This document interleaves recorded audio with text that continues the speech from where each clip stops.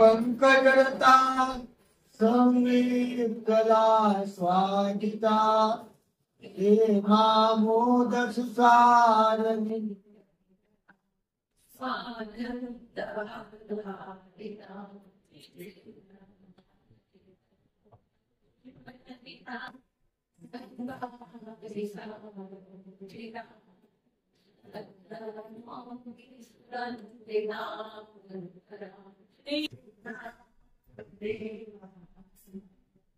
सर्व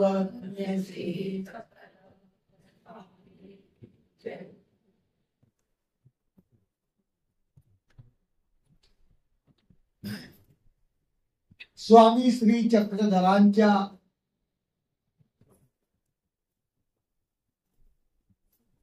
पवित्र वाणीच्या माध्यमातून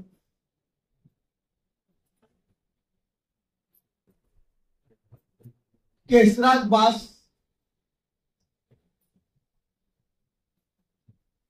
यांनी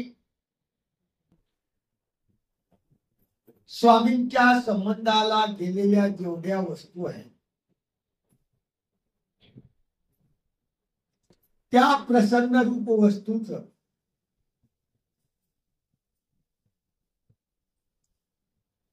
आपल्याला ज्ञान करून त्या ज्ञानाच्या माध्यमातून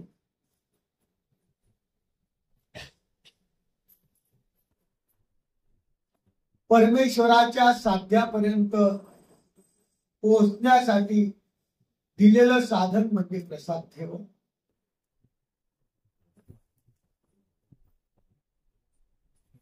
या प्रसाद सेवा आपण श्रवण करत असताना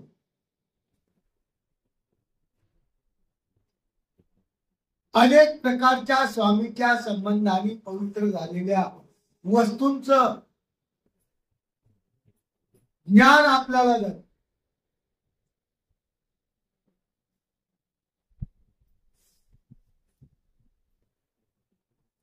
आणि त्या ज्ञानाच्या माध्यमातून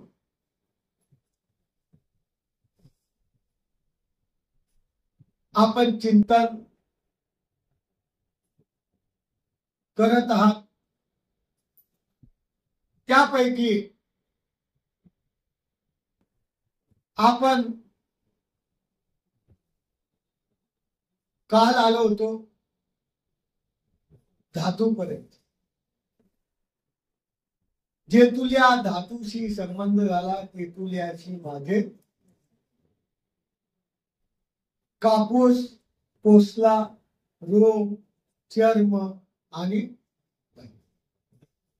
पाच आपले वस्तू, पाच आपले विभाग पूर्ण झाले। आता आपल्याला सहावा विभाग परमेश्वराच्या चिंतनासाठी आठवायचा। तो सहावा विभाग दात।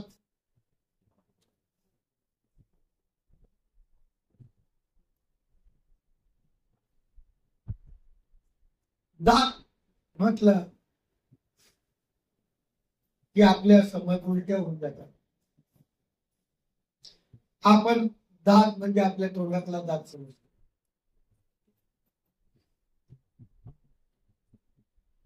किंवा स्वामींच्या श्री प्रभू बाबाच्या तोंडातला दात समजतो। पण दात म्हणजे तो हस्ती दंत दात।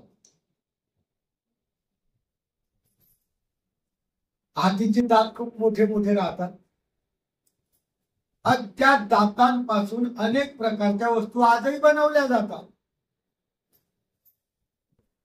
डब्बी बनवली जाते, काही खेळणं बनवलं जातं, काही बनवलं जातं। त्यापैकी हे आजच नाही तर 800 वर्षापूर्वीच्या काळाच्या अगोदरपासून त्या दाताच्या वस्तू, हस्तिदंताच्या वस्तू बनवत होते। त्या दाताच्या माध्यमातून बनवलेली माणूसामध्ये डबी, ती डबी स्वामी चक्रधरांच्या किंवा गोविंद प्रभू बाबाच्या उपयोगी आलेली आहे।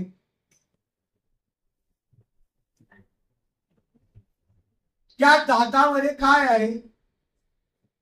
त्या दाताच्या डबीच्या माध्यमातून परमेश्वराच्या चरणी कशाचा उपयोग झाला? काय म्हणून ते परमेश्वराच्या उपयोगी गेली? म्हणून त्यांनी आपल्याला सविस्तर उद्गार दिलेला आहे. दाता अंत शेंद कापुराची फणी, हे मुख्य करून जे तुझ्या दाताशी संबंध झाला ते तुझ्या अशी माझे शेंद कापूर,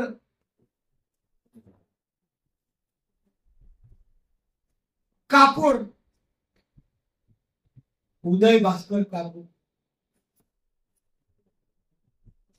पूर्वीच्या काळी हा खूप महाग कापूर होता आणि आमचे स्वामी खायचे आणि गोविंद प्रभू बाबाही खायचे. तो कापूर असा होता की जर वर ठेवला तर काय व्हायचा? उडून जायचं. म्हणून त्याला डबीमध्ये ठेवायचं. आणि ते कापूर ठेवायची डबी त्याला म्हणतात शेंद कापुराची डबी. पण ती कशापासून बनवली होती? अस्थिदंतापासून. मग अस्थिदंतापासून बनवलेली जी डबी, त्याच्यात जो कापूर ठेवायचे, तो कापूर कसा होता? कसा आठवायचा आहे आपल्याला?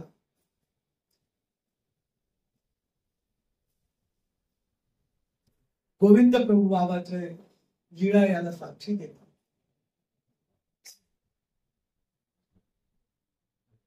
विठ्ठल नायक नावाचे एक भक्त होते.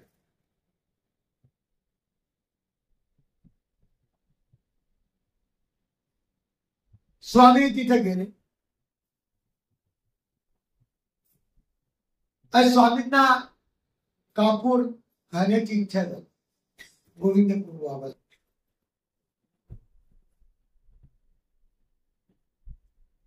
आणि तो विठ्ठल नायक, त्याच्याकडे तो कापूर होता. त्यांनी काय केलं? त्या कापुराची डबी उघडली, त्याच्यातला थोडसा कापूर घेतला, स्वामींच्या हातावर ठेवला. श्री प्रभू बाबाच्या श्री प्रभू बाबाची प्रवृत्ती बंगली, हाताला हात मारून फेकून दिला, घेतला नाही. विचार करायला लागले, कापूर कसा ओळखावा मोठ्या व्यक्तीला, किंवा कोणती वस्तू देत असताना कशा पद्धतीने द्यावी आपल्यापेक्षा श्रेष्ठ व्यक्तीला, हे श्री प्रभू बाबांनी न सांगता त्या माणसाला कळवलेलं आहे. मग त्याला समज की आपली देण्याची पद्धत चुकली.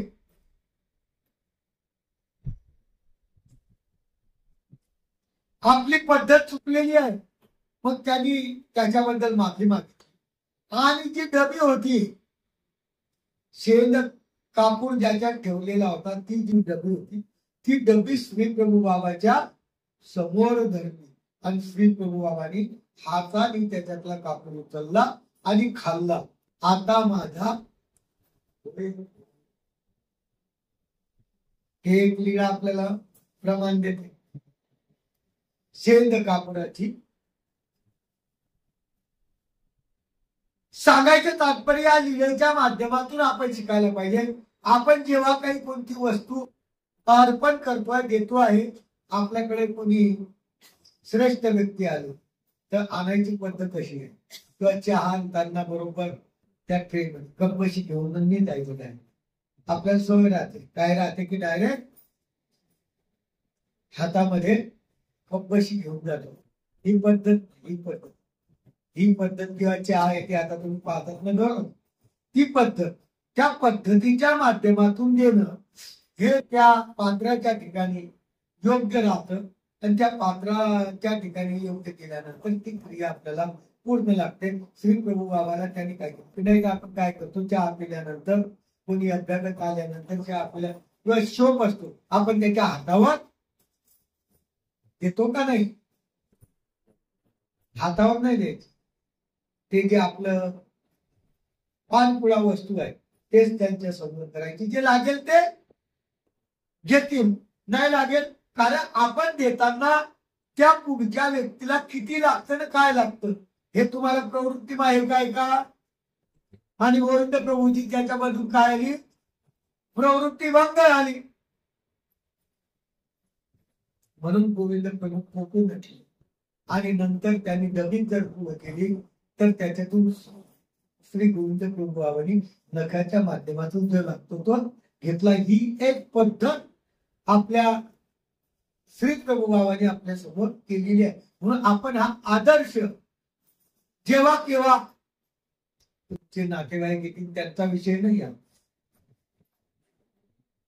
पण एखादा ईश्वरीचा पात्र आपल्या घरी आल्या तर द्यायची पद्धत पाणी आणताना कसं आणायचं,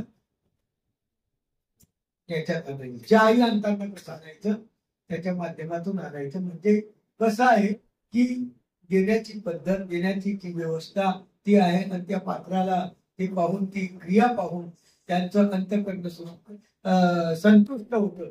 त्यांचं अंतःकरण संतुष्ट जर झालं तर परमेश्वर संतुष्ट होतात. हा विधी या शेंद कापूर याच्यातून आपल्याला सांगितलं. दुसरी लीळा,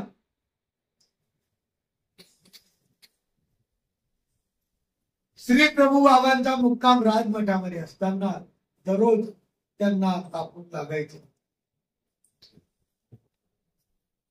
आणि कापूर लागत असताना एका दिवशी कापूर काय याला संपलं. माईन भट्ट आणि नागदेव आचार्य दोन आमच्या श्री प्रभू बाबाच्या संगीताने आहे. गोविंद प्रभूला कापूर खाण्याची इच्छा झाली. कोणता कापूर आता आपल्या गावात भेटतो तो नाही तर तुमचं मधन कापूर नाही सोपा आहे ते घेऊन शकतो. उदय भास्कर कापूर नावाचा हा खूप महागडा त्या काळात होता. आता पता नाही आहे का नाही ते त्याला खूप महाग, म्हणजे गुंजावर भेटणारा कापूर, तोड्यावर भेटणारा कापूर इतका महाग असलेला हा उदय भास्कर का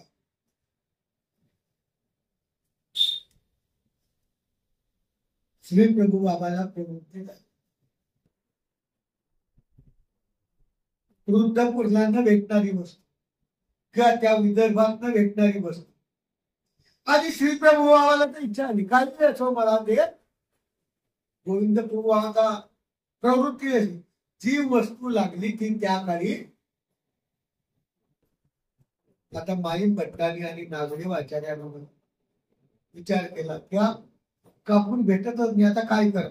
श्री प्रभू बाबांनी सांगितलं भेटतो जा. कुठं भेटतो, देवगिरी. राजा आहे, त्या राजाच्या अमक्या अमक्या साडीमध्ये, अमक्या अमक्या डब्यामध्ये, अमक्या अमक्या पेटीमध्ये ठेवलेला कापूर. इतकी सर्व माहिती झाल्यानंतर नागदेव आचार्य आणि माईन भट्ट वृद्धपूर सोडून, लक्षात ठेवा किती मोठी प्रवृत्ती आहे आणि प्रवृत्तीला पात्र होणारे किती मोठे. आपल्याला जर एखादी वस्तू सांगितली आणि आपण जर म्युन्सिपल पार्क भुसावळमध्ये राहतो आहे आणि ती वस्तू जर नाका कॉलेजला भेटत आहे, भुसावळच काय हो तुम्ही सांगितलं ते कुठे भेटत, कोण जाईल इतक्या लांब, शहर कोणता आहे त्यांना आता कॉलेजचं वेगळं शहर आहे. पण आपण प्रवृत्तीला पात्र होऊ शकत. आता विचार करा वृद्धपूर कुठं आणि देवगिरी कुठं, किती अंतर आहे. पण तुमच्यासारखी काढ निघाली की असाही काही प्रकार नाही. त्या काळात पायी चालल्याशिवाय पर्याय नव्हता. परंतु गोविंद प्रभू बाबाची प्रवृत्ती भंगून न घेऊ हे भक्तांचं कर्तव्य होतं. आणि नागदेव आचार्य आणि माईन भट्ट दर मुक्काम करत करत करत करत त्या देवगिरी गावाला पोचले. तिथं त्या राजाने हजार अशा असून त्या पुतळ्या लावलेल्या होत्या आणि जाहीर केलेलं होतं, जो कोणी आमच्याशी चर्चा करेल पण त्या चर्चेमध्ये जो पास होईल त्याला या पुतळ्या भेटतील. अनेक विद्वान येऊन गेले पण कोणाची ताकद झाली, पुतळा तोडावं असं कोणाची ताकद झाली नाही. नेमके माहीत भट्ट आणि नागदेवाचार्य तिथं पोहोचले. पहारेकरी बसलेले होते, ठेवलेले होते. त्यांना समजलं की असं असं आहे. माहीत भट्ट नागदेवाचार्याला म्हणतात, तोडू का पुतळी? आणि तोडली की हे जे पैसे आहेत ते आपण कोणाच्या उपयोगी नेऊ? आपण कोणाच्या उपयोगी नेले असते? खूप मोठा आदर्श आहे चरित्रांमधून, एक एक एक एक या प्रसादसेवेमध्ये खूप मोठा. माहीत भट्ट म्हणतात, हे 1000 आसूची पोटळी आहेत, याच्यावर आपण स्वामींच्या ठिकाणी, श्री प्रभूंच्या ठिकाणी काय करू? पूजा अर्चन करू. काय हरकत नाही. तो तोडली. पहारेकरी गेले राजाजवळ. राजाजवळ गेले, राजाने यांना बोलवलं. म्हणे चर्चेचं सत्र आहे, तुम्ही बोलके आहे, तुमच्या डोक्यावर केस नाही, तुम्ही काय चर्चा करणार? तुम्ही बोलके लोकांना काय येतं? माहीम भट्ट तुम्हाला माहित आहे, अतिशय विद्वान असलेले माहीम भट्ट म्हणतात,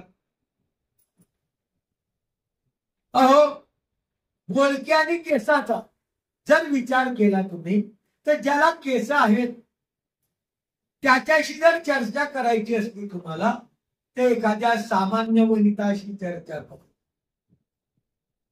सामान्य वनिता म्हणजे स्त्री, तिच्याशी, तिला केस राहतात, तिच्याशी चर्चा करा. आणि तुम्ही म्हणतात बोडके आहेत, तर राजे लोकांचे गवळी राहतात, चालणारे, त्यांना काय राहतं? शेंडी राहते, फक्त टक्कल राहत. त्यांच्याशी चर्चा करा.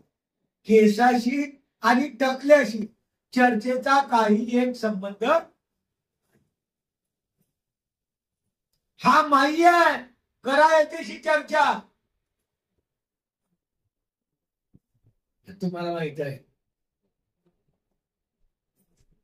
की कर्मराठीत माहीम भट्टासारखा विद्वान आपण ऐकलेला आहे ना. तो काय समजायचा? वर एक तो सूर्य आहे आणि खाली एक मी सूर्य आहे, दुसरा सूर्य आहे जगात. आणि त्या माहीम भट्टाशी चर्चा सुरू झाली. पुरेल का? अनेक प्रकारातून चर्चा आली. त्या ठिकाणी माहीम भट्टाने त्यांना काय केलं? हरवलं. जयीत पत्र भेटलं माहीम भट्टाला. आणि त्यानंतर त्या राजाला विचारलं, तुम्ही कसे आले? म्हणजे तुमच्याजवळ अशा अशा प्रकारचा कापूर आहे, तो कापूर उद्या भास्कर कापूर आम्हाला पाहिजे. म्हणजे माझ्याकडे नाही आहे.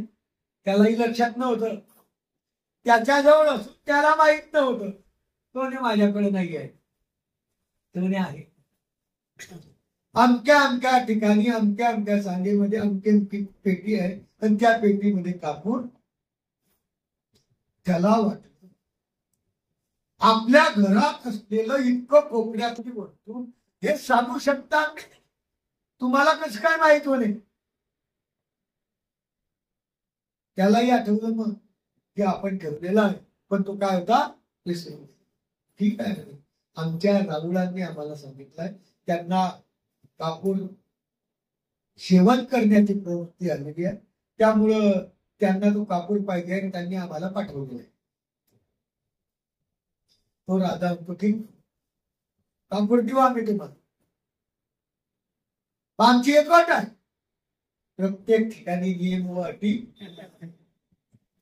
तुम्हाला असं वाटतं की आताच आपण जाहिरात पाहतो, नियम व अटी लागू, हे पहिल्यापासून चालत आलेली परंपरा. प्रत्येक ठिकाणी नियम व अटी. मी कापूर देतो, 2 अट आहे.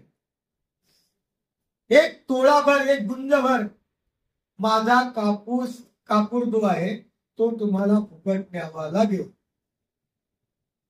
श्री प्रभूच्या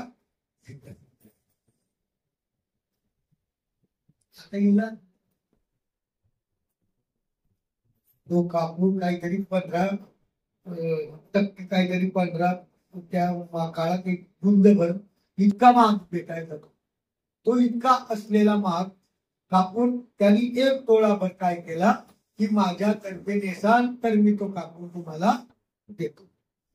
दुसरी अट, मी आलेलो आहे, तुम्ही आलेले आहेत माझ्या घरी, तुम्ही माझे पाहुणे आहेत, आम्ही जे पदार्थ करू ते तुम्हाला जेवण करून द्यावं. आता हे भिक्षा मागणारे माणसं या गावात त्या गावाला भिक्षा मागून एकांतर भोजन करणारी माणसं, आणि आता आलं का नाही संकट, काय करावं म्हणून त्यांनी विचार केला. पुढीलाच्या प्रीती विषय होईल, आपल्याला काम कोणाचं आहे, देवाचं आहे म्हणून, किंवा पुढीलाचा अविधी नासावा अशी काही हेत असेल देवाचा म्हणून आपल्याला तिथे खावं लागेल, किंवा आपल्याला घडलेला अविधी आहे तो नासायचा असेल, अशा 2-4 गोष्टीचा विचार केला माईन भट्टानी आणि नागडेवानी. कशाचे विषय चालू आहे, कापूर, शेंड कापूर, कापूर ठेवण्याची डबी, पण तो कापूर किती महत्वाचा होता. आज सोन्याला किंमत आहे, त्याच्यापेक्षा सुद्धा अतिशय महाग असलेला हा कापूर, आणि तो कापूर खाण्यासाठी वापरायचे. गोविंद प्रभू बाबा वापरायची इतका महाग कापूर. कोण म्हणतं की आपले देव श्रीमंत नाही. प्रत्येक वेळेस मी तुम्हाला हे आठवण करून देतो की आपण समजतात की खूप लोक जगात श्रीमंत आहे, इतका कोण श्रीमंत आहे. म्हणून आमच्या देवांनी तो कापूर खाण्याची प्रवृत्ती आली, आणि मग त्यांनी ते मान्य केलं. मग त्यांना वाढलं गेलं पदार्थ. आता काय करू, मोठा प्रश्न आहे, इकडं आग तिकडं वीज. त्यांनी काय केलं, वरून वेचून 2-4 काने खाल्ले, आणि ते कापूर घेतला आणि तिथून निघाला. श्री प्रभू बाबाच्या ठिकाणी आले, श्री प्रभू बाबांना अर्पण केला. अय्या आता माझा होय. श्री प्रभू बाबा सारखा अवतार प्रसन्न व्हावा एखाद्या सेवेने, त्याच्यापेक्षा आपल्या जीवनात काही चांगली गोष्ट आहे का, ही अत्यंत महत्वाची गोष्ट आहे. आणि ती नागदेव आचार्य आणि माईन भट्ट यांना झाली. त्यांना तिथं वस्त्र मिळालं होतं एक 7 आसूचं.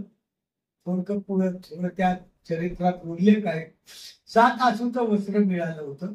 ते त्यांनी काय केलं, हे सर्वीची सर्व पूजा, ते सहस्र जे 1000 आसू होत्या, ते पूजा सर्व श्री प्रभू बाबाच्या ठिकाणी अर्पण केली. ते 7 आसू सुवर्णाच्या त्या काळातलं असलेलं वस्त्र, म्हणजे आज काय किंमत आहे,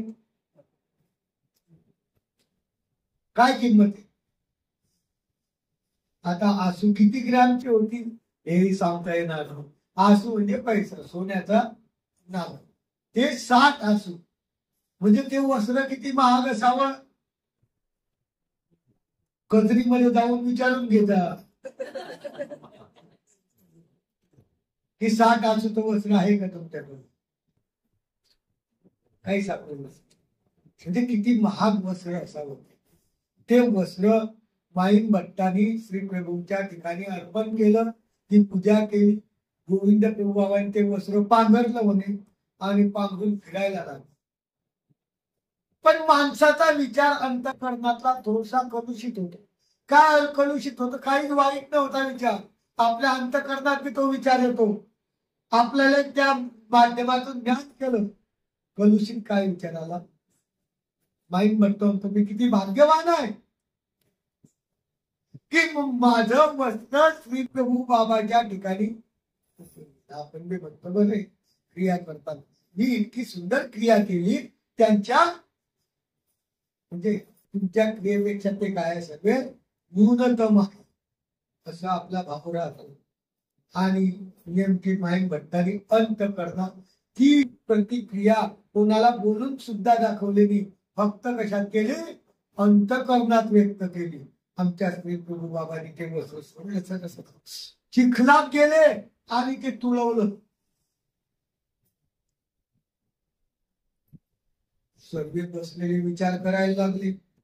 आबाईसा होती, बाकीचे भक्त होते, नागदेव आचार्य होते. काय झालं काय झालं काय झालं? माईन भट्टाला दुष्काळ पडला. काय झालं काय झालं? तेव्हा नागदेव आचार्य माईन भट्टाजवळ गेले. अरे तू काही काही थोडसा वाईट विचार केला का? क्रिया करत असताना वाईट विचार केला का? नाही म्हणे. नाही, तुझ्या अंतकरणात काय विचार आला? मग त्यांनी सांगितलं की माझ्या अंतकरणात कसा विचार आला की मी फक्त असं म्हटलं की मी धन्य झालो की माझं वस्त्र श्री प्रभू बाबाच्या ठिकाणी अर्पण झालं. काय वाईट आहे तुमच्या दृष्टीने? तुमच्या दृष्टीने काय वाईट विचार आहे? पण देवाच्या दृष्टीने आपण क्रिया करत असताना 0 बजेट होऊन गेलं तेव्हा भाईन भट्टाला नागदेवाच्याने सांगितलं, अरे बाबा, हा विचार तुझं वस्त्राची लायकी काय आणि परमेश्वराची श्रेष्ठता काय, दोन्ही मध्ये जमीन अस्मानचा फरक आहे. तू कसं काय म्हटला की माझं वस्त्र त्यांच्या उपयोगी गेलं? अरे तुझ्या वस्त्राला काहीच किंमत नाही. जाय गोविंद प्रभू आवाजवळ माफी माग, रड, पश्चाताप कर. आणि माईन भट्टाने पश्चाताप केला. परत दुसरं त्या वस्त्र आणलं आणि गोविंद प्रभू बाबांनी स्वीकार केलं. त्याला आहे शेण कापूर.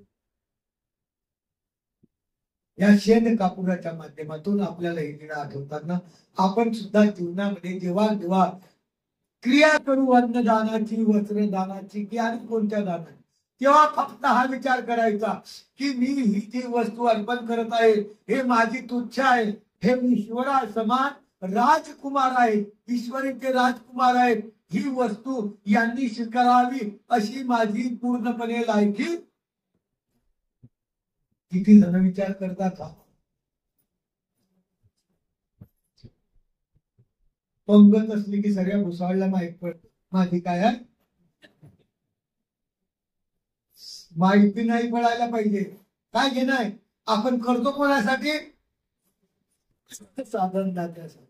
म्हणून जे आहे ते निर्हेतुपणाने करा. आपल्या नावाची प्रसिद्धी होऊ देऊ नका. आणि आपण त्या लायकीचे नाही की आपण त्या ईश्वराच्या साधनवंताला खाऊ घालू. हो, आपला पदार्थ त्यांच्यापेक्षा 100% तुच्छ आहे. आपण किती चांगला पदार्थ खाऊ घातल्यानंतर आपण त्यांना विनंती करायची की माझी काय आहे चटणी घालू. हा उल्लेख आपल्याला करून ती क्रिया पूर्ण करावं लागेल. अशा प्रकारचा शेण कापूर, इतक्या कष्टातून आणलेला कापूर गोविंद प्रभू बाबाच्या उपयोगी गेला. आणि उपयोगी जाऊन गोविंद प्रभू बाबाची प्रवृत्ती जी भंग झालेली होती ती झाली. या माध्यमातून हा शेण कापूर. पुण्यात फणी, 2 प्रकारच्या फण्याचा उल्लेख आला. 2 प्रकारच्या फण्या कोणत्या? एक लाकडाची फणी आहे आणि एक हस्तदंताची फणी. समजते तुम्हाला? कारण तुमच्या कंब्याचा जमाना आहे. फणी दोन्हीकडून दाते असतात. फणीला काय असतात? दोन्हीकडून दाते असतात, त्याला फणी म्हणतात. आणि गोविंद प्रभू बाबांचा फणीशी संबंध आला. आमच्या स्वामींचा अजिबात फणीशी संबंध आलेला नाही. कारण आमच्या स्वामींनी दाढी कधी वाढवली, केस कधी वाढवले. म्हणून ही फणी जी आहे ही गोविंद प्रभू बाबाच्या संबंधाने पवित्र आली. गोविंद प्रभू बाबाच्या आरशासमोर गेले काल तुम्हाला सांगितलं केस विसरले त्या फणीच्या बाबतीमध्ये. डोक्याचे केस विसरायचे किंवा महादाई स्वामी आपले आबाई स्वामी करून जायचे फणीच्या बाबतीत. त्या फणीला गोविंद प्रभू बाबाचा संबंध झाला आणि ती प्रसन्नतेने वस्तू मानवा पंथात आली. म्हणून ती सुद्धा आपल्यासाठी नमस्कार. म्हणून शेंद कापडाची फणी मुख्य करून जे तुलिया दंताशी संबंध झाला त्याला माझा, त्याच्या 2च वस्तू आल्या. एक शेंद कापुराची आणि एक दुसरी फणी. त्याच्या 2च वस्तू असलेल्या दंतापासून त्या वस्तूला माझा. पुढे काष्टांत. काष्ट म्हणजे लाकूड. लाकूड म्हणजे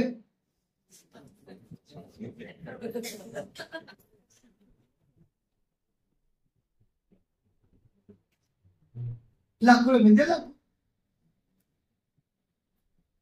म्हणून काष्ट, काष्टाचा संबंध दोन्ही अवताराचा आलेला आहे. त्या काष्टांत औसाचे पात्र,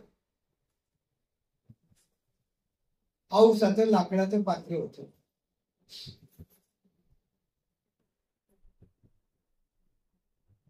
त्याला आमच्या स्वामींचा दररोज संबंध व्हायचा.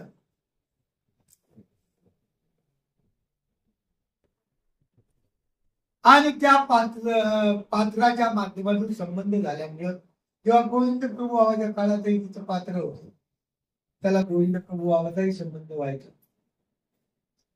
आता प्रत्येक जण म्हणतो आमच्याकडे पात्र आहेत औषध. आता हे जिथं असेल हे माहित नाही, पण बेलापूरवाले म्हणतात आमच्याकडे आहे, आणि इकडे नांदेडकडे म्हणतात तेही आमच्याकडेही आहे. माहित नाही तिथं असेल तिथं असेल. त्या औषधाच्या पात्राला दोन्ही अवताराचा संबंध झालेला आहे. तो आपल्यासाठी प्रसन्नतेची वस्तू आहे, म्हणून ते वंदनीय आहे. औषधाचं पात्र. पुढे डोमेग्रामीच्या राजमठीचा खांब.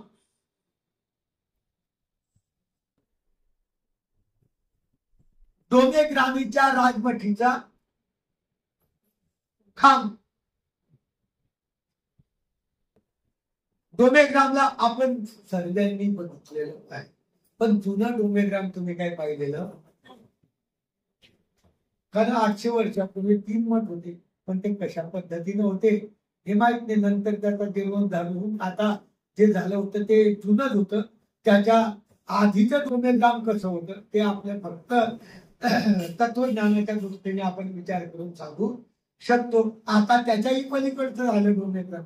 आता 3 पण त्यांनी गायबच करून टाकले, काय का नाही. राजमठीचा खांब.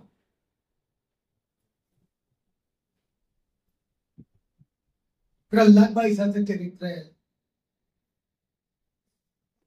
प्रल्हाद बाईसाला देव निरूपण केलं. स्वामी वर जायचे खाली यायचे, वर जायचे खाली यायचे, उंच मडा. परंतु शेवटी प्रल्हाद बाईसाने आग्रह घेतला, मला देव सांगा. अज्ञानबाई होती, देव काय कळणार तिला. पण परमेश्वराला प्रवृत्ती झाली देव सांगायची. निरूपण सुरू केलं. देव काष्टाचा नव्हे, चित्रीचा नव्हे, पाषाणाचा नव्हे, अशा प्रकारचं ते निरूपण केलं. आता बाईसा काहीतरी स्वयंपाक करत असेल, आली, बाबा इथं नागदेव बी नाही आणि इथं कोणीच नाही, आणि तुम्ही डायरेक्ट निरूपण कोणाला करताय. तेव्हा प्रल्हाद बाईसाला नाही केलं स्वामींनी. तर हा आरोग्य स्थानाजवळ राजमठामध्ये खांब आहे, त्या खांबाकडे बोट दाखवलं स्वामी. आणि त्या खांबाकडे बोट दाखवल्यानंतर सांगितलं की येथ प्रवृत्ती झाली तर या स्तंभा एका ते निमित्त करून बोली दे. या खांबाला आम्ही सांगून टाकू, हो, फक्त आम्हाला सांगायची इच्छा आली पाहिजे. पुढे व्यक्ती असो का खांबाला बी जड वस्तूला बी खांब दर्शवलेला. तो खांब राजमठीचा खांब लाकडाचा होता. तो खांब कशाचा होता? लाकडाचा होता. म्हणून ते खांबाचा जिथे कुठे तुम्हाला राजमठीचा खांब असं काष्टावर लिहिण्यात गेलेलं असलं किंवा वाचल्या गेलेलं असलं तर तुम्हाला हा राजमठीचा खांब म्हणजे प्रल्हाद बाईसाचा निमित्ताच्या माध्यमातून राहटीला स्तंभ आपल्याला काय करावं लागेल? तो खांब.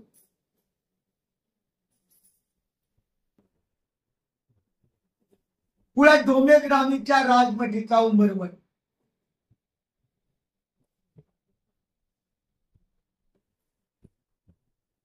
डोमेग्राम 3 मठ होते.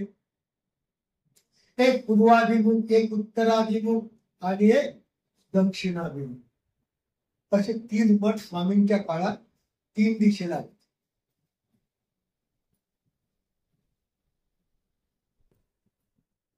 आणि पूर्वाभिमुख, उत्तराभिमुख आणि दक्षिण. पूर्वाभिमुख त्याच्यावर उत्तर दक्षिण ओटा, गोसावी त्याच्यावर वास्तव्य करायचे. त्या राजमठाला दरवाजा होता मधला.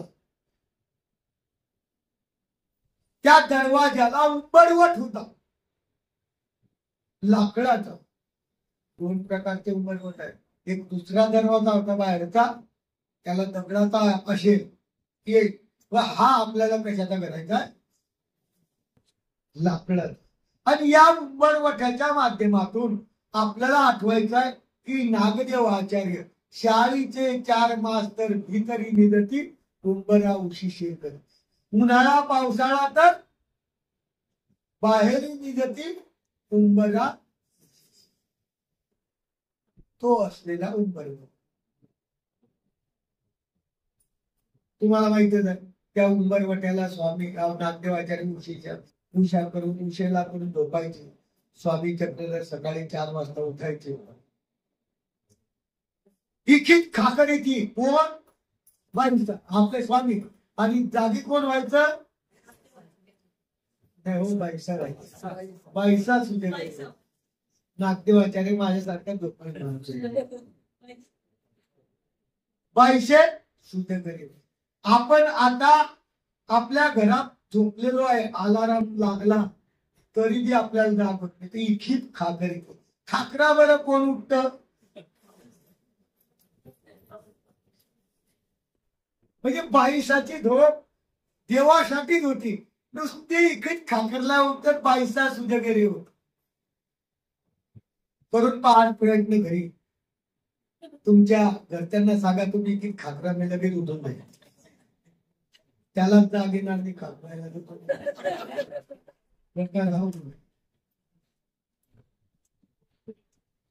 म्हणून इखित खाकरी ती.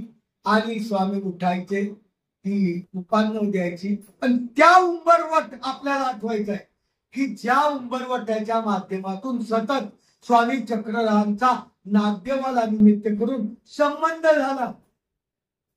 म्हणजे किती प्रसन्नता असावी त्या उंबरवटामध्ये. स्वामी त्यांच्या हृदयावर श्रीचरण ठेवायचे.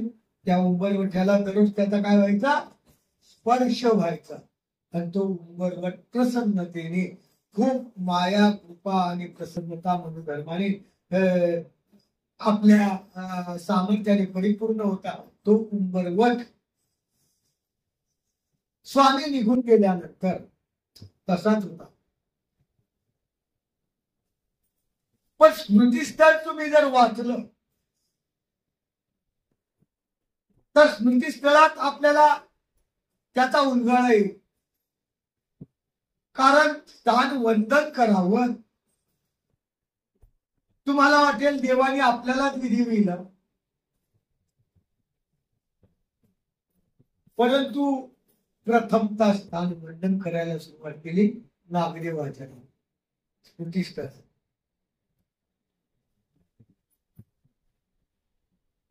आणि नागदेव आचार्य गोमेग्रामला आले स्वामी गेल्यानंतर. तो उंबरवट, तो राजमठ जसं तसं होतं. त्याच्यामध्ये काही कोणी बदल केलेला नव्हता.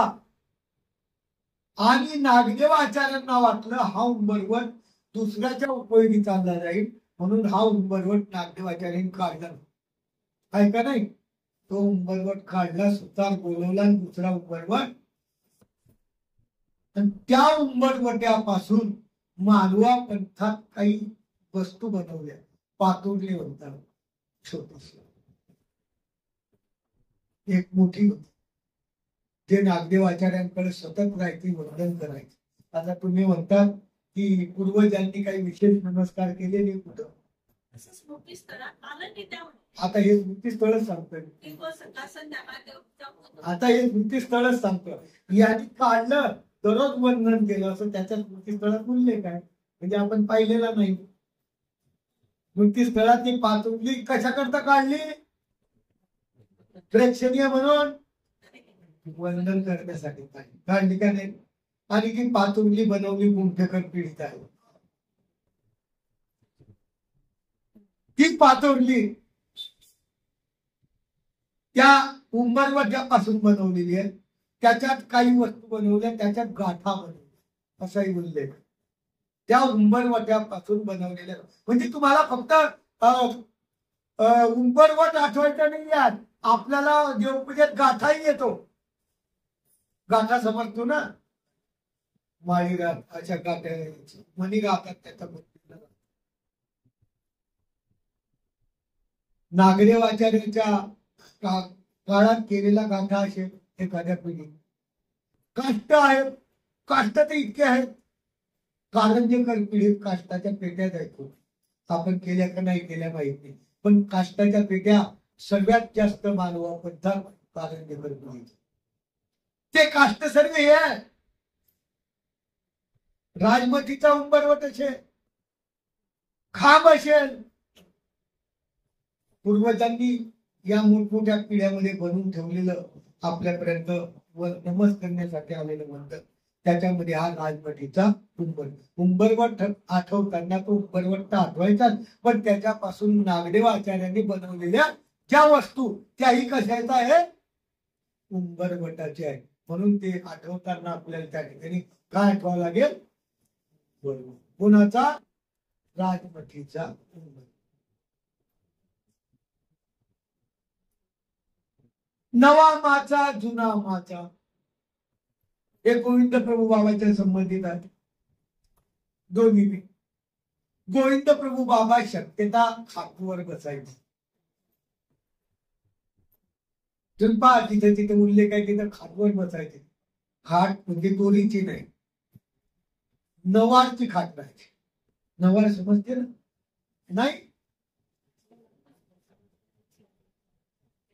पट्टा राहतो, पट्ट्याची विणलेली. आताच्या आधुनिक याच्यात प्लास्टिकचा पट्टा राहतो का, पण पूर्वी सुताचा पट्टा राहायचा, त्याला नवार म्हणायची.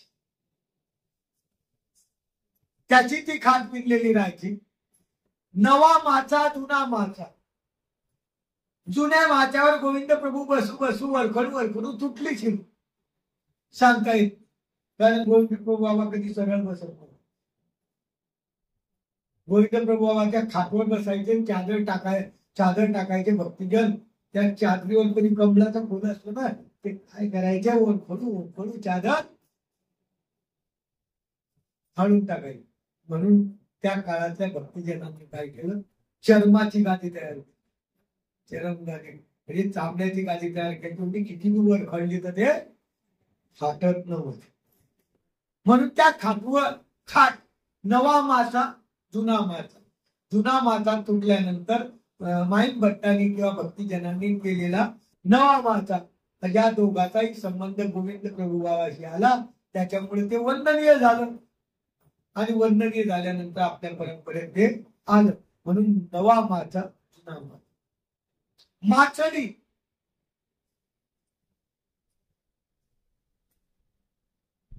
माचडी असं मैच्याला, मैचा असं आपल्या घरात एवढीशी खाट राहते, लहान बाळाचं एवढीच राहते. असते ना, काही घरात आहे काही घरात नसेल, पण जवळजवळ 1-2 घरात पाण्याचा एवढा आहे. छोटीशी खाट, खाटीपेक्षा छोटीशी, त्याला माचडी. त्याच्यावर गोविंद प्रभू बाबा असायचे. त्यालाही गोविंद प्रभू बाबाचा संबंध आला, म्हणून त्याला म्हणतात माचडी. पाठ आपण जो घरी वापरतो, त्या पाठाचा बी गोविंद प्रभू बाबाचा संबंध आला. चौरंग तुम्हाला माहितीच आहे. चौरंगावर बसून आमचे गोविंद प्रभू बाबा दररोज काय करायचे? आरवण. तो चौरंग महाद्वारीचे कवाड, राजमठीचे कवाड. महाद्वार रुद्रपूरचं, राजमठ डोंबेग्रामचं. महाद्वारीचं कवाड श्री प्रभू बाबांच्या कवाडाला धरून काय करायचे, संबंध द्यायचे, उभे राहायचे, त्याच्याशी खेळायचे. त्या संबंधाने जे लाकडाचं जे कवाड होतं ते संपूर्ण काय आहे ना, आता तुम्ही म्हणता आपल्या पंथात काष्ट खूप आहे, ते काष्ट सगळे कुठून आलेल्या, काष्टांत ज्या वस्तू आहे त्या सर्व वस्तू घ्या सांगितल्या. म्हणून महाद्वारीचं कवाड, राजमठीचं कवाड. राजमठीचं कवाड आमचे स्वामी दोघी दार संका धरोनी एक श्रीचरण वक्षस्थळावर ठेविती. ते जे दार आहे त्या दाराला राजमठीच्या श्री स्वामी चक्रांचा संबंध झालेला, प्रसन्नतेने झाला. हे सर्व प्रसन्नतेने झालेल्या वस्तू या प्रसाद सेवेत सांगितलेल्या आहेत. म्हणून महाद्वारीचं कवाड, राजमठीचं कवाड. आणि हे तुम्हाला कदाचित कोणतं आहे काही आठवणार नाही, पण कधी कधी काय राहतं, काष्टांच्या याच्यावर लिपीमध्ये लिहिलेलं राहतं. लिपी आपल्याला म्हटलं काय येते, परफेक्ट नाही आपण, म्हणून त्याच्यामध्ये राहतो राजमठीचे कवाड, वाघमशीचे कवाड, महाद्वारीचे कवाड, वेलोपरीचा लिंब, असं त्याच्यावर लिहिलेलं राहत. ते आपल्याला नाही समजलं, आपल्याजवळ कोणी असला त्याला विचारायचं, तो जास्त हुशार असला मग पंचायतीन ना, मग त्याच्याजवळ देवपूजा जायची, त्याला विचारून घ्यायचं.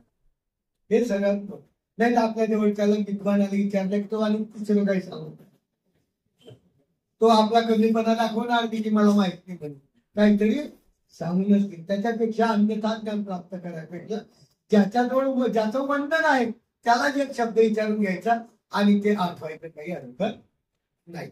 म्हणून ते म्हणतात राजमठीचे कवाड, महाद्वारीचे कवाड, भानवशीचे कवाड. भानवस आताच्या भाषेत किचन, किचन म्हणजे स्वयंपाकघर, स्वयंपाकघर म्हणजे पाक निष्पत्तीगृह.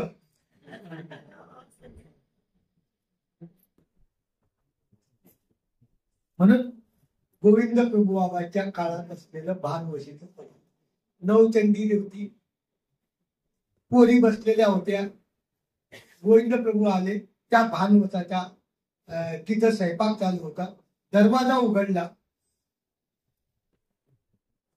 आणि त्या नवचंडीचं सर्व हे करून टाकलं, त्या पोरींना हे केलं, त्या दरवाजाला संबंध दिला, आपण आरोग्याला चालले. म्हणजे त्यांचं असं होतं की नवरात्र करायची म्हणजे कोणती करायची नाही, जे देवता भक्ती रूप आहे ती करायची. कारण त्या काळात देवतेचं प्रश्न जास्त होतं. महाजन लोक नवरात्र करायचे, घट बसवायचे. आमचे गोविंद प्रभू बाबा जायचे, ते घट काय करायचे, लाख मारून जायचे. पटत नव्हतं गोविंद प्रभू बाबाला, सांगितलं नाही करू नका, पण करू पण दिलं नाही. आपण आता सांगतो पण ते करूनच टाकतात. फरक आपल्यामध्ये जो हा पडला, गोविंद प्रभू बाबा सांगत नव्हते पण करू देत नव्हते. आता आपण किती प्रकारे सांगितलं की बाबा नवरात्रीला बाहेरचं खायचं नाही, नवरात्रीला स्मरण करायचं, नवरात्रीला देवता जिथं बसतात, जिथं बसवतात घट, तिथं जायचं. आम्ही सांगतो, तुम्ही ऐकतात. नळी फुंकली सोनारे,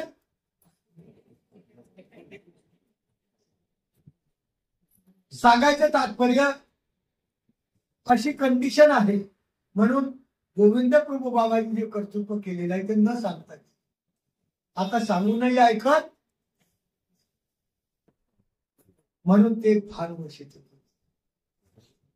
श्री प्रभू बाबाचा त्या स्वयंपाकघराच्या कवाडाला संबंध झालेला. ते कवाड आपल्या मानव पंथात नमस्कारी आहे, काष्ट आलेला आहे, त्याच्यावर भानवशीचं कवाड जर असं लिहिलेलं असलं तर आपल्याला भानवश म्हणजे आपल्याला त्याचा अर्थ माहित पाहिजे. भानवश म्हणजे स्वयंपाकघराचा असलेलं दरवाजा. त्रिपुरुष मधीचे कवाड,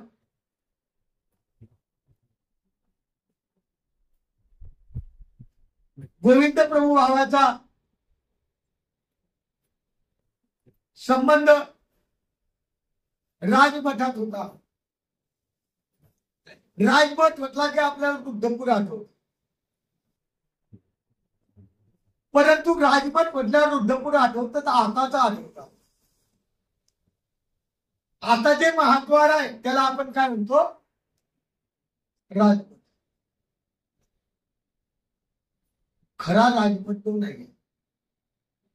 खरा राजमठ ज्या ठिकाणी मस्जिद आहे त्या मस्जिदच्या ठिकाणी गोविंद प्रभू बाबाचं 125 वर्ष वास्तव्य होतं, तो राजमठ. आणि त्या राजमठाच्या समोर मोठं पटांगण आहे. त्या पटांगणात अनेक प्रकारच्या लीळा केलेले स्थान आहे. त्याच्यात टिकून शिरताना डाव्या बाजूला एक मठ आहे, तो स्त्री पुरुषाचा मठ. आणि त्या स्त्री पुरुषाच्या मठाच्या दरवाजाला गोविंद प्रभू सर्व काय करत होते, फिरत होते. रायांमध्ये वेळे करत होते, फिरत होते प्रत्येक ठिकाणी. आणि मग महाद्वारामध्ये येत होते दररोज. आणि तिथून मग पालखीमध्ये असं त्यांचा नित्यक्रम होता. असा त्यांचा नित्यक्रम होता. आणि त्या स्त्री पुरुषाच्या मठाच्या कवाडाला स्वामी चक्रधरांचा आपल्या गोविंद प्रभू बाबांचा संबंध झाला. दररोज प्रसन्नतेने संबंध झाला म्हणून ते कवाड आपल्यापर्यंत वंदनीय आलं, काष्टामध्ये आलं. स्त्री पुरुष मडीचे कवाड असं लिहिलेलं म्हणून ते आठवायचे. केशव नायकाच्या माळवधाचे कवाड.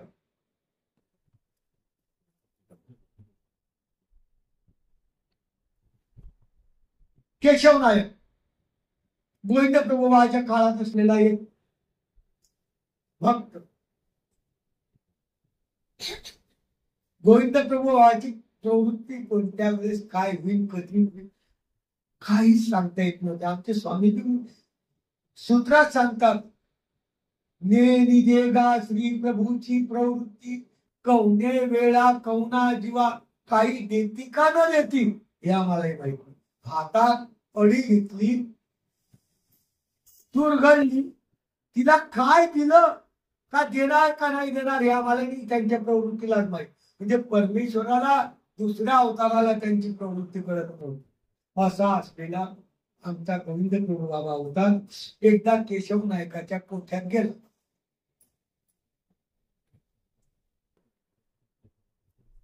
सकाळी उठला, कोठा झाडायला लागला. केशव नायक आला. त्याच्याजवळ गाई म्हशी होती. विचार केला की का झाडताय, चक करणं लावलं सर्व. आता ढोराची जागा चक करणे लावली. स्वतः गोविंद प्रभू बाबांनी काहीतरी सूचित आहे, काहीतरी आपल्यावर आपत्ती येणार आहे. आणि तिथं माळवट होत. केशव नायकाचं माळवट म्हणजे तसं दवंगासारखं मातीचं बनवलेलं पेंट टाकतात, पण खालून लाकूड राहत, त्याला माळवट होत. त्या माळवटाला गोविंद प्रभू बाबाचा संबंध झाला. त्यावेळेस चालताना केशव नायकांनी विचार केला, काय केला काय केला काही संबंध नाही, आपल्यावर काय अरिष्ट येणार. आणि खरंच अरिष्ट जे गाई गेल्या त्या संध्याकाळी आल्याने शेवटपर्यंत आल्याच नाही. म्हणजे असा संकेत करणारे गोविंद प्रभू बाबा त्या केशव नायकाच्या माळवडामध्ये गेले, कोट्यामध्ये गेले, संबंध दिला, सर्व केलं. सांगितलं आता तुझं काम नाही, जाऊ दे, तुझं सांभाळायचं काम नाही. कधी कधी कोणी मरायचं ना, आता तुम्ही मारणार, त्याच्या आधी तिरडी बांधून तयार. विचार करा परमेश्वर. आता जर तुम्ही कोणाच्या घरी तिरडी बांधाबारे जिवंत असतात, तो मरायच्या स्थितीत असला पण तुम्ही तिरडी बांधली की सर्व लोक तुम्हाला किती विचित्र होईल, भयानक विचित्र होईल. पण त्या काळात श्रीप्रभू बाबाला बोलायची ताकद कोणाची? गोविंद प्रभू बाबा त्यांना परमेश्वर आहे हे कळालं असंही काही समजू नका, फक्त राहुळ माय एवढंच कळालं. राहुळ माय, राहुळ बाप, राहुळ करती ते काही नव्हते असं गोविंद प्रभू बाबू चरित्रात बिलकुल प्रत्येक ठिकाणी उल्लेख आलेला आहे. राहुळ माय, राहुळ बाप, राहुळ काही करती ते, राहुळ काय करणार नाही आणि ते होणार नाही तसं होणारच नाही. म्हणून हा केशव नायकाचा माळवत मोठा त्यालाही गोविंद प्रभू बाबाचा संबंध झाला आणि ते आपल्यासाठी ते काष्टवर शाळेचे कवा.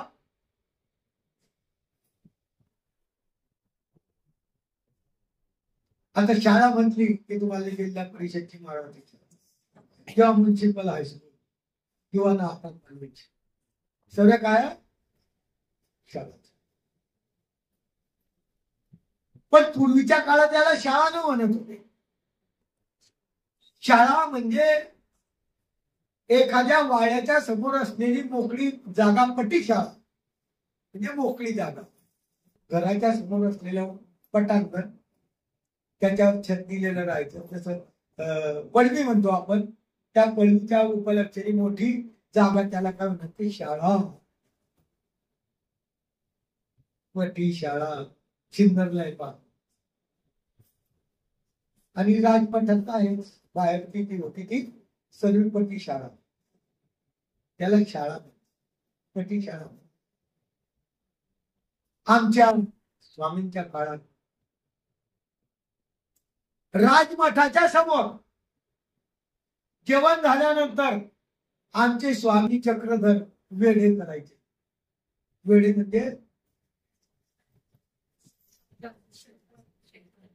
शतपावली, म्हणजे स्वामी चक्र यांचं पूजा उसळ किंवा तत्वज्ञान पाहिलं ना, पण त्यानुसार जर आपण वर्तन केलं ना तर एक पैशाची गोळी आपल्याला लागणार. आपण तुम्ही काय ना आम्ही काय कोणीच करू शकत नाही. त्याच्यामुळे आपण त्याचं माहेर घर जातो. कारण स्वामी प्रत्येक जेवल्यानंतर काय करा? शतवेद हे करती भट्टोबाचा. इकडं गोविंद प्रभू बाबाच्या काळात गोविंद प्रभू बाबा हात धरून काय करतील? वेढे करतील. हा आदर्श आपल्याला दिलेला आहे का? त्यांना पचन होत नव्हतं, जास्त खाल्लं होतं म्हणून ते वेढे करत होते. हा आदर्श आपल्यासाठी. परमेश्वर तृप्त काम आहे, त्याला कधी भूक लागत नाही, त्याला कधी गरज नाही.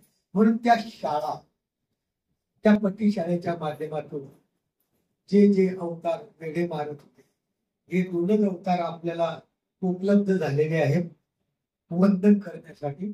एक गोविंद प्रभू बाबा आणि एक स्वामी प्रसाद शेळमध्ये हे दोनच अवतार आपल्याला जवळजवळ सापडतात. बाकी तिसरा अवतार नाही, कारण दत्तात्रय प्रभू बाबाचा कधी योग झाला नाही. दत्तात्रय प्रभू बाबाने कोणतीच वस्तू आपल्याला दिली नाही. श्रीकृष्ण महाराज तर द्वापारात गेले, त्याच्यामुळं काही प्रश्न नाही. फक्त एक उरला सोडला गोवर्धन पर्वत आहे, तेवढं हे काय. म्हणून दोन अवताराच्या माध्यमातून शाळेचे कवा, त्या शाळेला दरवाजा राहायचा, त्या पट्टी शाळेला काय राहायचा, आणि तो दरवाजा दररोज उघडायचे लावायचे. त्या दरवाजाला दररोज गोविंद प्रभू बाबाचा आणि स्वामी चक्रांचा संबंध व्हायचा. ते शाळेचे कवा. त्याचं असलेलं आपल्या याच्यात वंदन काष्ट हे सुद्धा आपल्याला वंदनीय आहे, आठवणीय आहे, चिंतनीय आहे. 12वे केशवीचे कवा. 12 म्हणजे विहीर.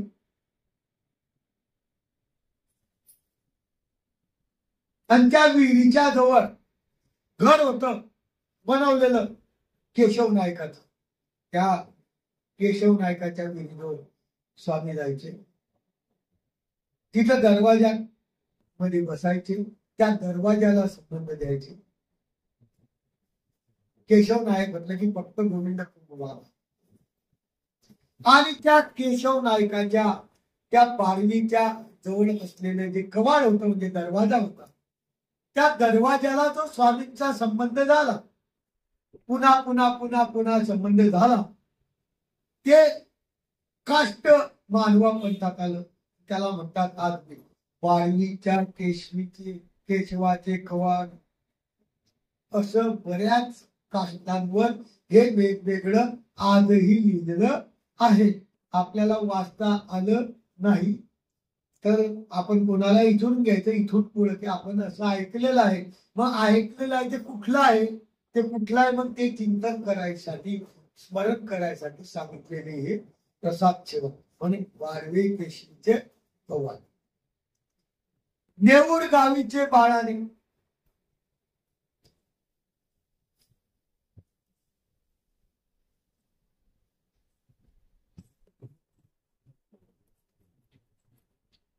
नेऊर गावला गदोनायक होते.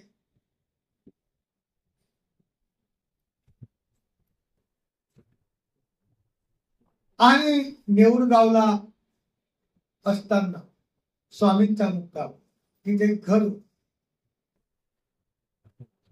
त्या घरावर बाळाने, ते घराच्या समोर मंदिरच्या समोर गॅलरी आहे पहा, पूर्वी लाकडाचं राहायचं, आता सर्व सिमेंटचं आलं, पूर्वी कशाचं राहायचं, सर्व लाकडाचं राहायचं. आणि त्या ज्याला सज्जा म्हणता येते असा लाकडाचा राहायचा आणि त्याला अशा अशा गोल गोल गोल पूजा करून वर असं एक दंड राहायचा आणि त्याला धरायचं राहायचं. गॅलरी, त्या गॅलरी मध्ये उभं राहत, तर ती जी गॅलरी होती त्याला काय म्हणायचं, बाळाने. पाहिलाय कधी तुम्ही? जुन्या लोकांनी पाहिलं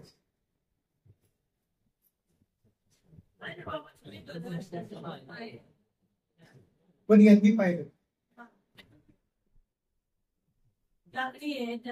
हा, त्याला काय म्हणतात, बाळाने.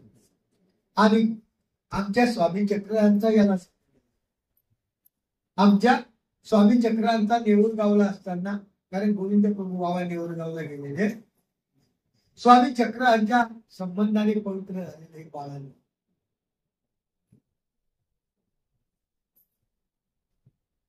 त्या काष्टाला सर्व स्वामी चक्रांचा संबंध झाला. किंवा होऊ शकतो गदोनायकाच्या घरी स्वामी चक्रधर गेले, त्यांनी पूजा अर्चा केली, तेव्हा स्वामी वर जाऊन संबंध दिला असावा, असंही होऊ शकतं. त्या माध्यमातून ते झालेलं पवित्र काष्ट त्याला आताही दिलेलं राहतं, नेऊर गावचे. हे शब्द तुमच्या पाठ असले की काष्टावर हेच शब्द लिहिलेले आता, जे मी सांगतो ना, हेच तुम्हाला असं येणार नाही की बाळाने म्हणजे सज्जात असलेले लाकड, एवढं काही सांगायला कोणी रिकामं नाही. फक्त नेऊर गावीचे एवढं दिन सांगतो. म्हणून ते बाळाने, किंवा दुसरा एक पाठामध्ये नुसता बाळाने शब्दाचा अर्थ केले, नेऊरगाव कट करायचं, फक्त बाळाने शब्दाचा अर्थ केलेला. बाळाने म्हणजे आताच्या धर्तीत एखादा लहान मुलगा असतो आणि घरी पाळणा आणतात, चालता फिरता पाळणं, लाकडाचा राहायचा, चालता फिरता पाळणं, कायमचा नसतो. इकडून तिकडे ना तिकडे उभा केला की त्याच्यात मुलाला टाकतात, त्याला मी बाळाने म्हणतो. आणि श्री प्रभू बाबाच्या काळात या बाळाण्याला संबंध झाला असा स्वामींचा विषय गोविंद प्रभू बाबाच्या संबंधाने. कारण गोविंद प्रभू बाबा अनेकांच्या घरी फक्त आठवण केली, मुलगा सांभाळायचा असो तरी, कोणाचं काम असो तरी, कोणाला काही संकट आलं तरी, कोणाजवळ माणूस नसला तरी, म्हणजे कोणत्याही परिस्थितीत परमेश्वर जायचे. एका बाईला पाठ घासायला माणूस मिळत नव्हता, गोविंद प्रभूची आठवण केली, चालले गेलो. असा असलेला परमेश्वर म्हणून बाळाने तेही कदाचित वर्णनीय असू शकते, नाही तर नेऊर गावीचे बाळाने तर काही. फणी गोविंद प्रभूच्या संबंधी हे लाकडाची मागे झाली ते कोणती हस्तिदंताची ही फणी आता सगळ्या लाकडाच्याच आहे. आता आहे का नाही माहित नाही, पण याच्या 5-10-20 वर्षापूर्वी सगळ्या फण्या कशाच्या होत्या लाकडाच्या होत्या. आता काय आहे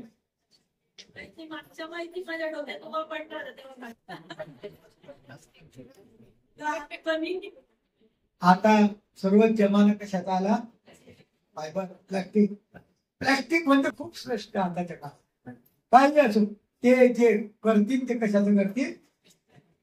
दरवाजे सुद्धा आता कशाचे निघाले ताट कशाचे निघाले वाट्या. घरात बी बरं घरात पाहुणे आले की काढल्या त्या वाट्या ताट प्लॅस्टिकची.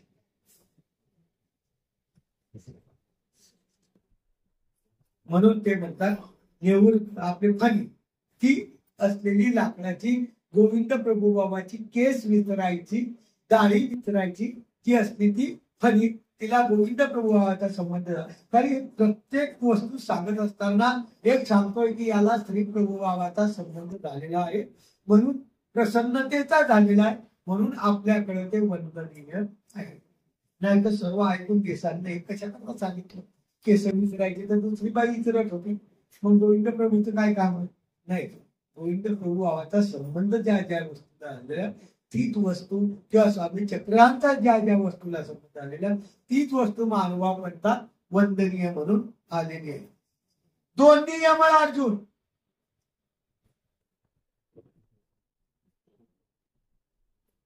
दोन झाड एकत्र असत. श्रीकृष्णाच्या काळात खूप खोड्या करायचे श्रीकृष्णाच्या चक्रवर्ती खूप खोड्या करायचे. कोणाचं माखन करणे कोणाचं काय कर कोणाचं काय कर. यशोदा मातेला राग आला हा खूप विचित्र वागतो. उखळाला बांधून ठेवला. उखळ कशाचं होतं तेव्हा दगडाचं लाकडाचं नाही कशाचं होतं दगडाचं. आता दगड कसा राहतो हलका त्या दगडाला उखळाला बांधून ठेवलं. आता काय कुठे जायचे. आमचे गोविंद श्रीकृष्ण महाराज ते उखळ घेऊन परमेश्वर आहे सर्वज्ञ आणि तो उखळ घेता घेता घेता त्या दोन झाडाच्या मध्ये फसलं म्हणजे मुद्दाम केलेली लीळा आहे. लक्षात ठेवा आपल्याला जी वाटतं की हे असं नाही की मुद्दाम केलेली श्रीकृष्णाने लीळा आहे. आणि ताणलं ते दोन झाडं पडले त्याच्यातून दोन निघाले ते यमळा अर्जुन.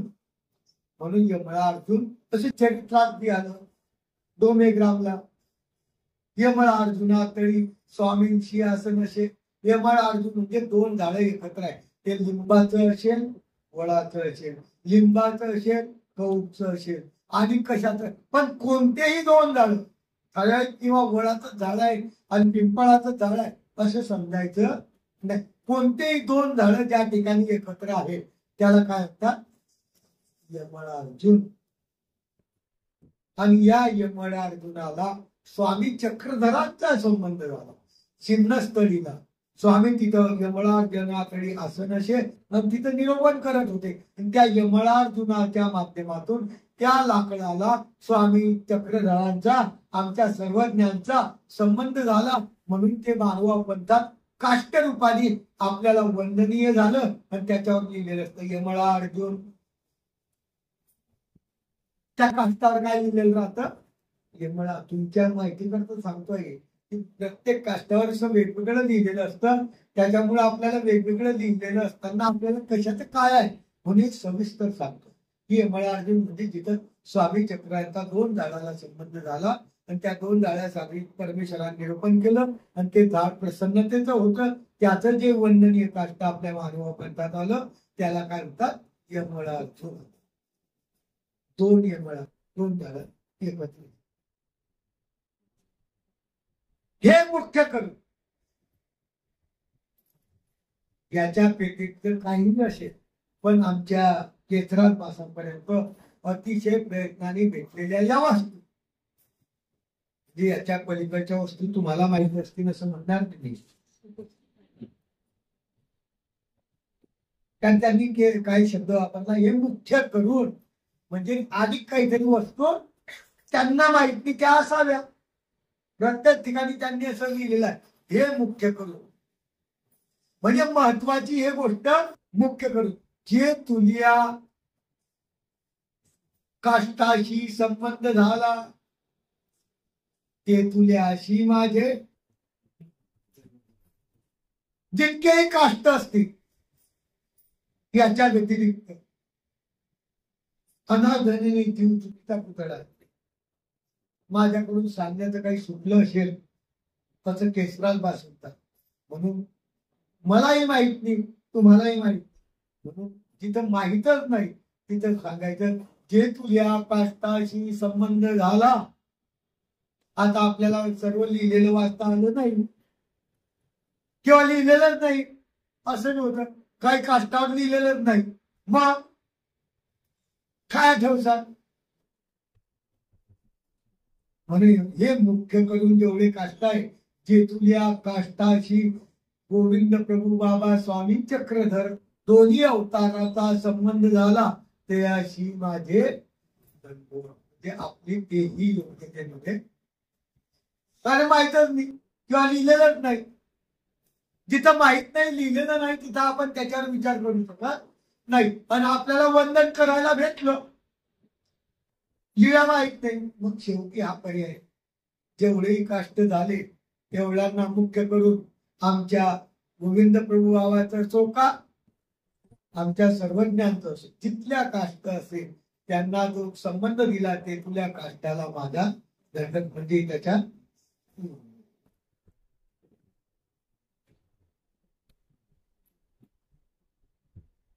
योग मुळे नाही मला नाही, पण विषय बदलून जातो.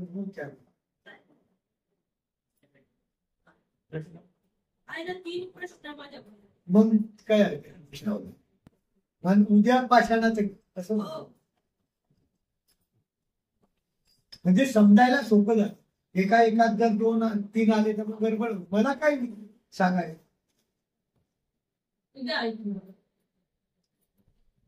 बाबा एका ताईंचा प्रश्न आहे.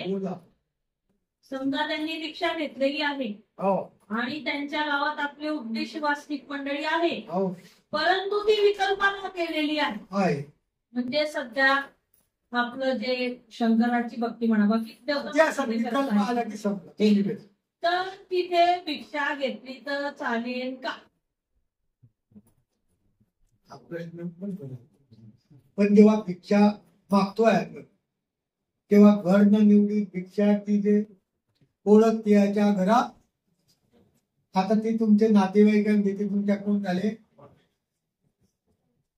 जाऊ संपला म्हणजे नाही ते ओळखीच्या याचं जायचं नाही ना. आता आपण चातुर्वर्ण्यम शरम भेस या शास्त्राशी अनुसरून आता अटन करणारा भिक्षा मागतो आहे. भिक्षा मागत असताना एखाद्या गावात गेला, या एकीकडून विधीचे एकीकडून निधीचे, मग त्या लाईनला उद्देश आहे का अन्याय हा विचार करता येणार नाही. भिक्षा मागायची कोणीही असो, ते विकल्पाचेही असतील, म्हणजे अन्य लोक विकल्पाचे असतील, पण भिक्षा मागत असताना भिक्षा मागितल्यानंतर जे अन्न आहे ते काय करतो, तो प्रसाद सेवा. भिक्षा मागितल्यानंतर त्या अन्नाची एका ठिकाणी जेव्हा बसतो ना, तेव्हा प्रसाद सेवा करून ते अन्न काय करतो, सात्विक करतो आणि मग सेवन करतो. त्या अन्नाचा त्याला भाग होतो. पण आता तुम्हाला माहितीच आहे की विकल्पिक आहे, जाणून बुजून कशाला पाहिजे त्याच्यावर म्हणतात पण उद्देश होते ना, आणि विकल्पाला गेलो मग कशाला त्याच्यापेक्षा एखादा अन्य असला कायमचा, त्याच्याकडची भिक्षा केली तर कमीत कमी त्याचा संस्कार लागेल. हा झिरो झालाय देवाला खट्टी आली आहे. देवाला खंती आली आणि त्याच्या घरचं अन्न खाल्लं तर तुम्हाला खंती येईल. जाणून बुजून तुमची खंती देवाला येईल. तुम्हाला माहित आहे की तो उपदेशाहून घसरलेला आहे आणि घसरल्यानंतर देवाला त्याची काय येते, खंत येते. मग खंत आल्यानंतर आपण त्या खंतीच्या घरी जर भिक्षा मागितली तर आपली काय होईल? मग हा अन्यच आहे मुळात आणि तो आग्रहाने बोलवतोय. त्याची भिक्षा करून आपण स्मरण वगैरे करून काढले तर त्याचा अधिकार बांधेल. ज्याच्या घरची भिक्षा घेतो जो अन्य राखीचा आहे त्याच्या घरची भिक्षा घेतली, तुम्ही घरी आले आणि तुम्ही ते आपले हे व्यक्ती तिकडून खाल्लं तर त्याचा अधिकार दैवराठीवर येईल. पहा, दैवराठी पण घसरला जाय. आलं का लक्षात? घसरल्यामुळे परमेश्वराला काय आली? खंती आली. ईश्वराला सोडल्यानंतर एखाद्या उपदेशी माणसाने ईश्वराला सोडले म्हणजे देवाला त्याची काय आली? खंती आली. आता खंती त्याची जर देवाला आली तर त्याच्या घरची क्रिया जर केली तर तो खंतीचा माणूस आहे. पण तुम्ही त्याची जर क्रिया उपयोगी लावली तर तुमच्यावर बी देव नाराज होतील. तुम्हाला जाणून माहित आहे ना, म्हणून नाही घ्यायचं. बाबा दुसरा प्रश्न आहे, अचलपूरची लीला आपण श्रवण करतो आणि त्यात आलेला आहे की अचलपूरला स्वामी निर्भट्ट पांढारेकर पण सोबत जातात आणि मग दानाईसाच्या आवारामध्ये सर्वज्ञांची रत्नद्रव्याने पूजा होते. मग निर्भट्टांच्याही मनामध्ये येतं की आपल्याकडे असतं तर आपणही स्वामींचा असा पूजा अवसर केला असता. स्वामींनी त्यांचा मनोरथ जाणलेला आहे आणि दानाईसांना म्हणतायत की ते रत्नद्रव्य जे आहे ते निर्भट्ट पांढारेकरांना आमची पूजा करून. तर ते द्रव्य रत्न तर दानाईसांचं आहे आणि कर्तक निर्भट्ट भांडारेकर आहे. तर यात कोणतं?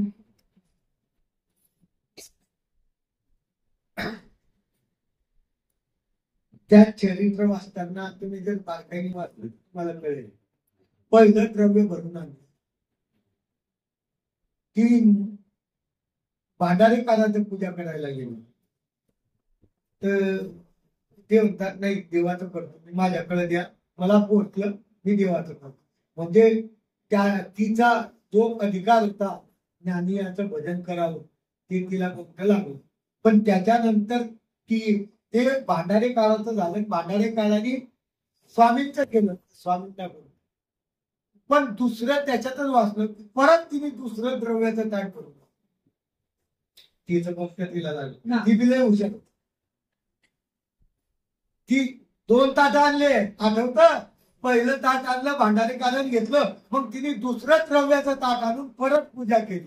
त्याचं तिला गोमटं लागलं, इथं त्याला गोमटं लागलं, परंतु तिला परत 1.5 पट गोमटं लागलं भांडारे काळाचं.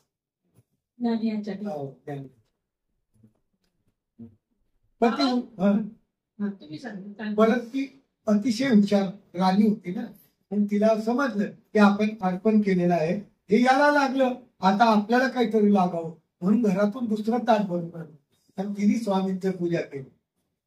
ते त्याचं फक्त लागलं ईश्वर. बाबा एका ठिकाणी चरित्रात येतात की राम दरबार राजा जो होता दानाईसा त्याची मोठी बहीण किंवा आई होती. होऊ शकतं, ऐकलंय असं. ऐकलंय असं. बाबा कलियुगाचं मनुष्याचं आयुष्य 100 वर्ष आहे, तर श्री प्रभू बाबांचं 140 वर्ष, 125 हे 125 वर्ष आयुष्य. तर ते सांगा म्हणतात समजावून कसं काय. श्री प्रभू बाबा कोण आहे? नाही, मनुष्य श्री प्रभू बाबा कोण आहे? स्वामी चक्रांचा 1000 वर्षाचा आहे, त्यांची टेन्शन आलं नाही तुम्हाला? स्वीकारलेली पिढा आलेली आहे ना बाबा चरित्रामध्ये. आली ना, म्हणजे त्यांचं काय आलं, स्वीकारलं म्हणून 1000 वर्षाचा त्याला मानता ना. श्री प्रभू बाबाची प्रवृत्ती माहिती आहे तुम्हाला कशी होती? हो, वेळीपुशी आहे, पण कोणत्या वेळेस काय करतात काय सांग. त्यांना 100 वर्षाच्या वर जगायचं. कोण मालक आहे त्यांचा? परमेश्वर. म्हणजे परम ऐश्वर्य आतिला असं परमेश्वर शब्दाचा अर्थ होतो. तो परम ऐश्वर्याने आतिला ज्याच्यावर कोणी आणि जे गोविंद प्रभू बाबा जे किंवा कोणताही अवतार जे अवतार धारण करतात ना, ते अवतार धारण करतात. जीव जन्माला येतो, परमेश्वर स्वइच्छेने धारण करतात. दोघांमध्ये काय फरक आहे? आपण जन्माला घातल्या गेलो आणि परमेश्वर अवतार जन्माला अवतार स्वीकार केला, त्या गर्भामध्ये काय केला?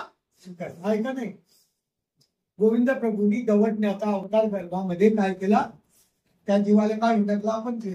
आता त्या जीवाचं आयुष्य कशाहून 100 होतं? ज्या जीवाला काढलं त्याच किती होतं काय माहित? 100 होतं कशावरून? 40 बी असू शकतं, 50 बी असू. पण प्रभूची प्रवृत्ती, परमेश्वराची प्रवृत्ती किती वेळ राहायची आहे? आता दत्तात्रय प्रभू महाराज चतुर्युगी आहे, 4 युगात. म्हणून तसं काही हे नसतं. याला पुरावा म्हणजे परमेश्वर परम ऐश्वर्य हातीला, परम ऐश्वर्याने परिपूर्ण आहे. परमेश्वराला बंधन ना युगाचं नाही, धर्माचं नाही, त्या देवतेचं नाही. तो परमेश्वर अवतार धारण करतो ना स्वइच्छेने वर्तन करतो. वर्तन केल्यानंतर त्याच्यामध्ये कोणत्याही देवतेचं सामर्थ्य नसतं. फक्त मायापुराचं देह राहतं. बाकी सर्व कार्य कोण करतात? परमेश्वर करतात. त्यामुळे परमेश्वराची इच्छा 125 वर्ष असो, 150 वर्ष असो, का 100 वर्ष असो, का 7 वर्ष असो, ते जितक्या दिवस राहतील त्यांचा कोणी मालक नाही. त्याच्यामुळे 125 वर्ष 100च्या वर 125 वर्ष केलं तरीही तो परमेश्वर आहे. त्याला कोणताही युगाचा नियम. युगानुरूप परमेश्वर क्रीडती पर किंचित विलक्षण असं एक सूत्र आहे विचारस्थळात. युग व्यवस्थेप्रमाणे परमेश्वर वर्तन करत असतात, पण किंचित विलक्षण या शब्दाचा अर्थ आहे की मानवापेक्षा काहीतरी वेगळं वर्तन करतात. तो परमेश्वर म्हणून ओळखले जातो. किंचित विलक्षण म्हणजे काहीतरी वेगळं. जसं श्रीकृष्ण चक्रवर्तींनी अवतार धारण केला, जन्मल्यापासून वैर हो.